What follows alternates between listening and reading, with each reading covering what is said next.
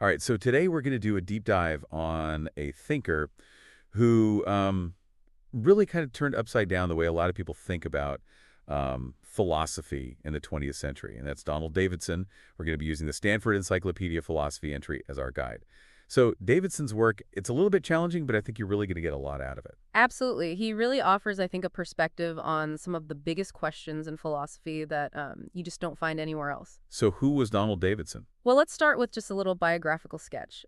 Davidson was born in 1917 and he died in 2003.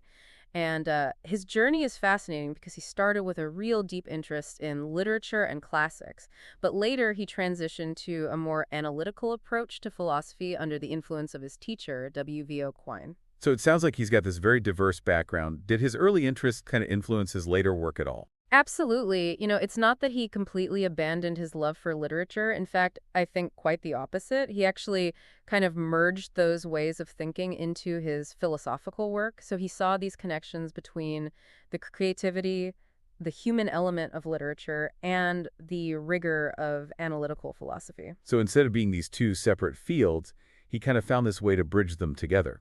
I love that. So what are some of the big groundbreaking ideas that he came up with? Well, one of the most central ones, and really one that had the biggest impact, I would say, in philosophy, was his thinking about actions and reasons and causes. So back in the day, many philosophers thought that reasons and causes were just totally separate things. Okay, so it's like you do something because of a physical cause, like a reflex or something, or you do it because you have a reason for doing it. You want to achieve some goal. Right, exactly. But Davidson, he said, no, no, no, that's not right at all. He argued that explaining an action in terms of reasons is a kind of causal explanation. Wait, hold on. Can you explain that a little bit more? I'm not sure I'm totally following. Sure. So think of it this way. You decide to go for a run. Now, the reason you go for a run, maybe you want to exercise, maybe you want to clear your head. That reason is what causes you to actually put on your shoes and go outside and go for a run.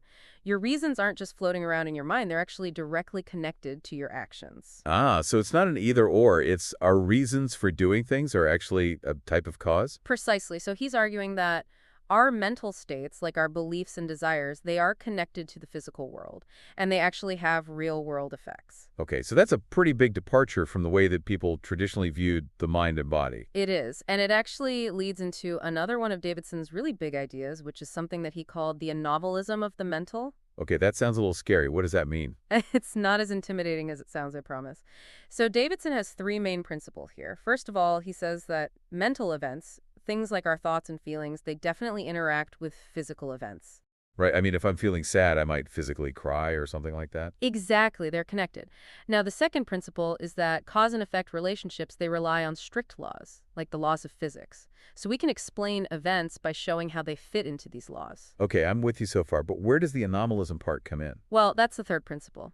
Davidson says that there are no strict laws that can directly connect the mental and physical realms. Wait, hold on. So you're saying that our minds can cause things to happen in the physical world, but there's no actual law governing how that happens. How's that possible? Yeah, it seems like a real paradox, right? But Davidson, he's got a solution. He says that mental events, they're what he calls supervenient on physical events, meaning that mental events, they depend on physical events, but you can't reduce them down to simple physical laws. Okay, can you give me an example of what you mean by supervenient?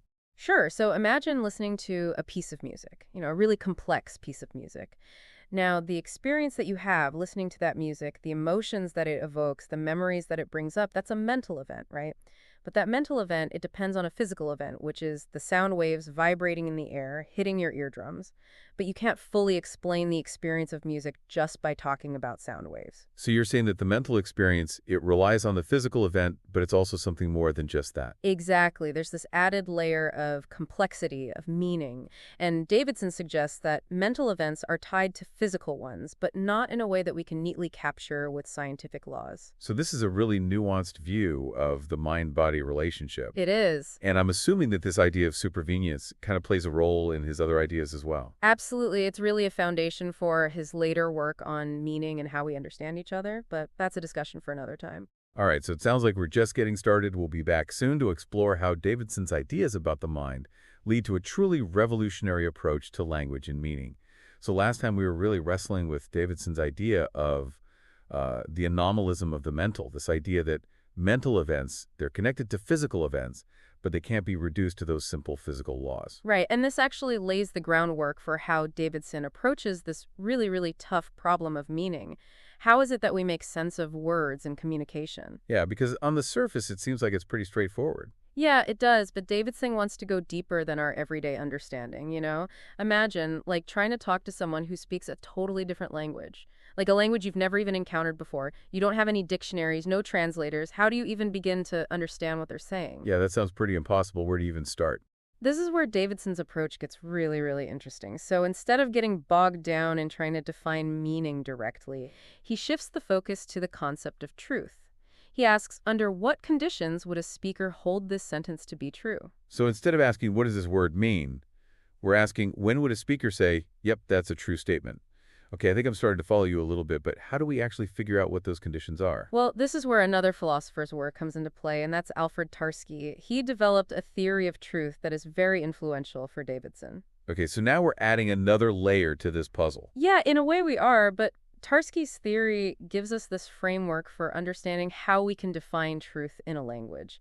The details are pretty complex, but the basic idea is that we can pair up sentences from the language that we're trying to understand with sentences from our own language. Okay, so instead of trying to translate the words directly, we're trying to find those situations where a speaker would say, yep, that's true. And then from there, we can start to map out the connections between their language and our own. Exactly. It's like building a bridge between two languages by focusing on those shared truths rather than getting lost in the words themselves. And this avoids a lot of the really tricky philosophical problems that come up when you try to define meaning directly. So it's kind of a more practical, grounded way to approach this problem. But I'm curious, how does this actually work when we're trying to understand someone who's speaking a completely foreign language? I mean, it's not like we're carrying around a Tarski dictionary or something like that. Right, and this is where Davidson takes Tarski's theory and he applies it to his own concept of radical interpretation. And that's the idea that we can, in principle, understand someone's language from scratch just by observing their behavior and the world around them. So it's not just about the words themselves, but it's about how those words connect to the speaker's actions and their environment. Exactly. And Davidson really emphasizes this. We need to consider everything, their actions, their reactions, their gestures, their tone of voice, everything.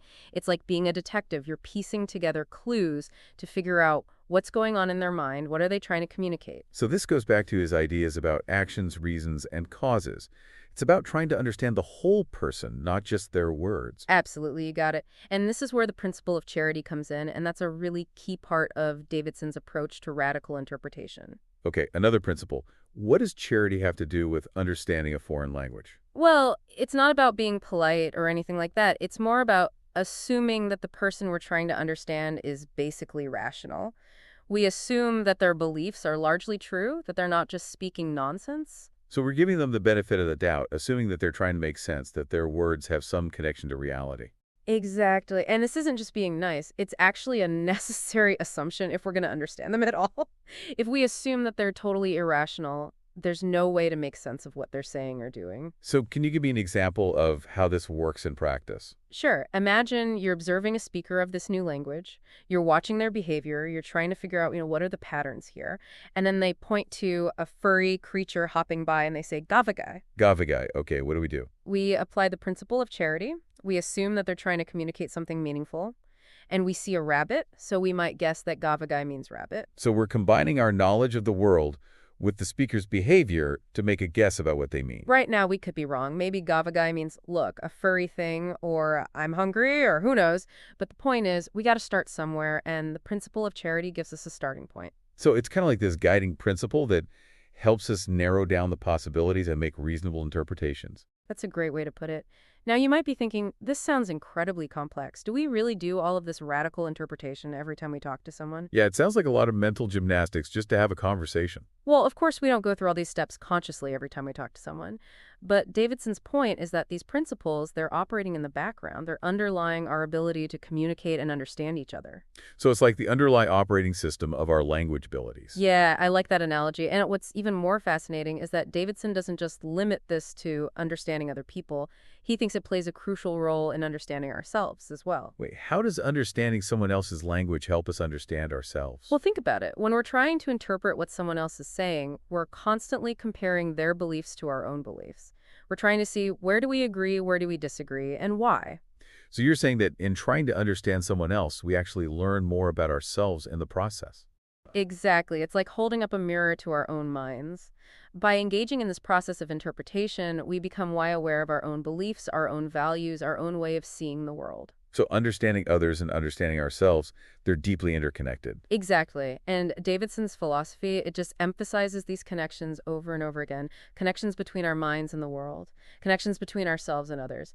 And by exploring these connections, I think we gain a much deeper understanding of what it means to be human. Yeah, this is definitely giving me a lot to think about, but it seems like we've only just scratched the surface of Davidson's ideas. Oh, definitely. There's so much more to explore.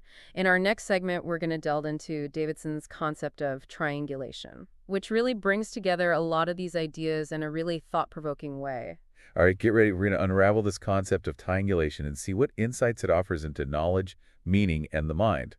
Okay, so we're back, and we're ready to tackle, I think, one of Davidson's most interesting but also challenging concepts, triangulation. Right. Yeah, this is where things get, it's a really powerful idea, but it takes a little effort to wrap your head around it. Yeah, I mean, when I hear triangulation, I think of like maps and compasses and maybe getting lost in the woods. Well, you're not totally off base there. Davidson uses triangulation as a metaphor for how we actually come to know anything. So think about it. If you're trying to figure out where you are on a map, you need at least two other points of reference to triangulate your position, right? Right, you need those other points to kind of get your bearings and figure out, okay, where am I in relation to everything else? Exactly. And Davidson's argument is that it's the same with knowledge. To really understand anything, whether it's ourselves, other people, or the world around us, we need 3 points of reference. We need knowledge of ourselves, knowledge of others, and knowledge of the world. So it's not like we start with just knowing ourselves and then build out from there. No, Davidson actually challenges that traditional view. He says that our understanding of all three of these things is totally intertwined. We can't have one without the others. Okay, so can you give me an example of how this triangulation thing actually works in practice? Sure. So let's imagine a little kid, they're learning the word red for the first time. So they see a red ball, and their parent points at it and says red. Okay. Now, for that kid to actually understand what red means, there's a lot going on there. Okay, what's happening? Well, first, the kid needs to understand that the parent is actually trying to teach them something, right? They're not just like making random sounds. That's knowledge of others right there. Okay. Second, they need to be able to connect that word red with the actual red ball that they're seeing, right? That's knowledge of the world. Okay, I got it. So what's the third point? The third point is the kid's own awareness of themselves as the one who's having this experience. They're the one learning this new word, and that's knowledge of self. So all three of those elements are working together at the same time to make meaning possible.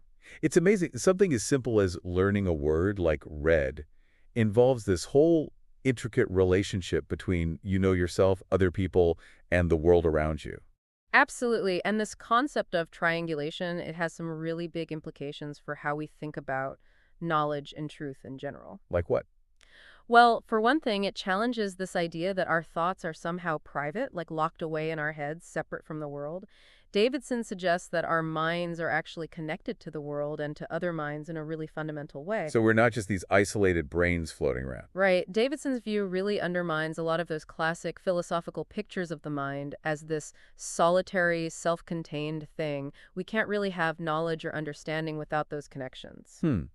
So it seems like this has implications for things like skepticism too, right? The idea that we can't really know anything for sure. Definitely. In fact, Davidson argues that if knowledge really is triangulated like he says it is, then skepticism actually becomes self-defeating. Wait, really? How does that work?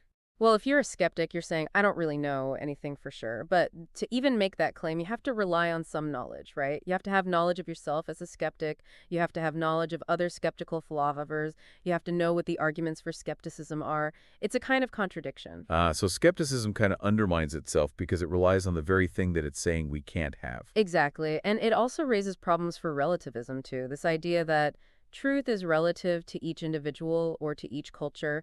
If all truth is relative, then how can we even understand each other? How can we disagree with each other in a way that makes sense?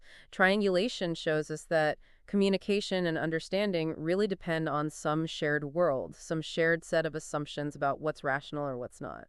So Davidson's basically pushing back against both skepticism and relativism Yeah. by showing that we need some common ground, some shared points of reference if we want to have any hope of knowing anything or understanding each other. Exactly. And he does this by really emphasizing how interconnected our minds are to the world and to each other.